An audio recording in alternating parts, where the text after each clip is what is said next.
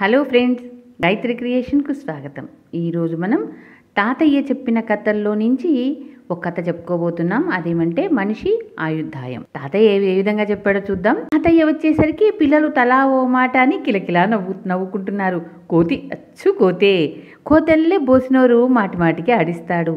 కళ్ళార్పడు కూడా కోపం వస్తే గురుగురు అంటాడు అని పిల్లలు తలో ఒక మాట అనుకుంటున్నారు. తాతయ్య అప్పుడే లోపలికి వచ్చాడు. వర్నరా వెక్కిరిస్తున్నారు అన్నాడు తాతయ్య చేతికర్ర మూల కానించి కుర్చీలో నడుం వాలుస్తూ. మన వీధి చివరుండే ముసలాయన తాతయ్య నీకోసం వచ్చి చాలాసేపు కూర్చొని వెళ్ళాడు తాతయ్య అన్నారు పిల్లలు. తాతయ్య పొడుంకాయ తీసి ఎడమ చేతిలో పొడుం వేసుకుంటూ ఆ ముసలాయనకి ఎన్నేళ్ళో మీకు తెలిసినా అని అడిగాడు. 70, 90, 120 అని తలా ఒక మాట అన్నారు పిల్లలు. అందుకే కోతల్లే మీకు కనిపిస్తున్నాడు అన్నాడు తాతయ్య.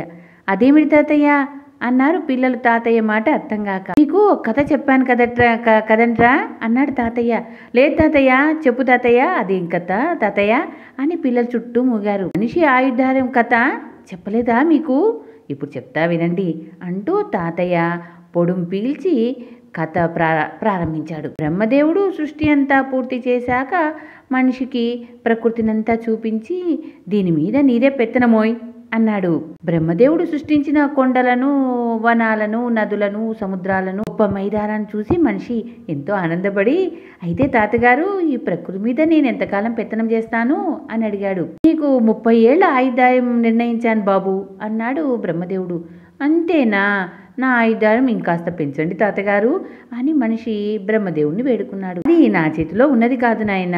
నేను సృష్టించిన ఇతర మృగాలు తమ ఆయుష్ను నీకు భాగం ఇస్తాయేమో చూద్దాం. ఆ విధంగా నీ ఆయుష్ మరికొంత పెరగవచ్చు అన్నాడు బ్రహ్మదేవుడు. ఆయన గాడిదని పిలిచి, చూడు గాడిద, నిన్ను బరువులు మొయ్యటానికి, తిట్లు తినటానికి, గడ్డి మేయటానికి సృష్టించాను అన్నాడు. అబ్బో, అది చాలా ఘోరమైన బతికే. అలా ఎంతకాలం బతకాలి తాతగారు అని గాడిద అడిగింది. నీ ఆయుష్ 40 ఏళ్ళు అన్నాడు బ్రహ్మదేవుడు. అంతెందుకు, సగం చాలు తాతగారు అన్నది గాడిద. ఆ విధంగా గాడిద ఆయుష్లో 20 ఏళ్ళు మనిషికి దక్కాయి. తర్వాత బ్రహ్మదేవుడు కుక్కను పిలిచి, మనిషికి కాపలా కాయటానికి, విశ్వాసంతో మనిషిని కొలవటానికి, మనిషి పెట్టింది తినటానికి నేను సృష్టించాను. నీ ఆయుర్దాయం 40 సంవత్సరాలు అన్నాడు. అంతహీనమైన బతుకు సగం ఆయుర్దాయం చాలు బాబు అన్నది కుక్క. మనిషి ఆయుర్దాయం మరో 20 ఏళ్ళు పెరిగింది. ఆ తర్వాత బ్రహ్మదేవుడు కోతిని పిలిచి, కోతి, నిన్ను చూసి అందరూ వినోదించడం కోసం సృష్టించాను. నీ చూపు, నడక, వాలకము వింతగా ఉంటుంది. నువ్వు చెట్లు, చేమలు ఆశ్రయించుకొని బతుకుతావు అన్నాడు. ఎన్నేళ్ళు అలా బతుకుతాను తాత అని కోతి అడిగింది. 60 ఏళ్ళు అన్నాడు బ్రహ్మదేవుడు. అంత ఆయుర్దాయం నాకు వద్దులే తాత, అందులో సగం ఇవ్వు చాలు అన్నది కోతి. ఇతర మృగాలు ఇచ్చిన ఆయుర్దాయం భాగం వల్ల మనిషి ఆయుర్దాయం శతమానం అయింది, అంటే 100 ఏళ్ళు అన్నమాట. చూసాట్రా, మనిషి 100 ఏళ్ళు బతికినా మొదటి 30 ఏళ్ళు నిజమైన మనిషి బతుకు.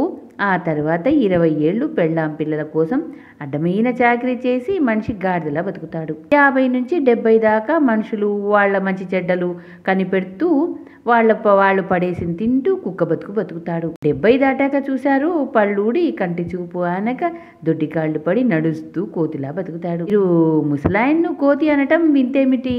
కోతిని చూసి సంతోషించినట్టే మీరు ఆయన చూసి సంతోషిస్తున్నారు అని కథ ముగించాడు తాతయ్య. అయితే ఇప్పుడు నీది ఏ బతుకు తాతయ్య అని ఓ కొంట కోణంగి అడిగాడు.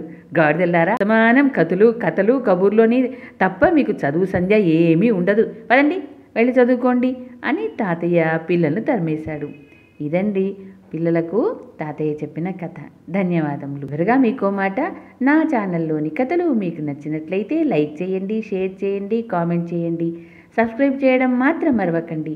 మీరు చేసే లైక్లు, షేర్లు, కామెంట్లు, సబ్స్క్రైబ్లే నా ఊపిరి. ధన్యవాదములు.